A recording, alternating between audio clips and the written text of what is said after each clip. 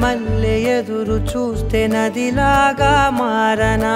చైత్ర మల్లె నువ్వు పూస్తే చిగురాకే అవ్వనా నన్నే వరించే యువరాజును అంట నీ యువరాణి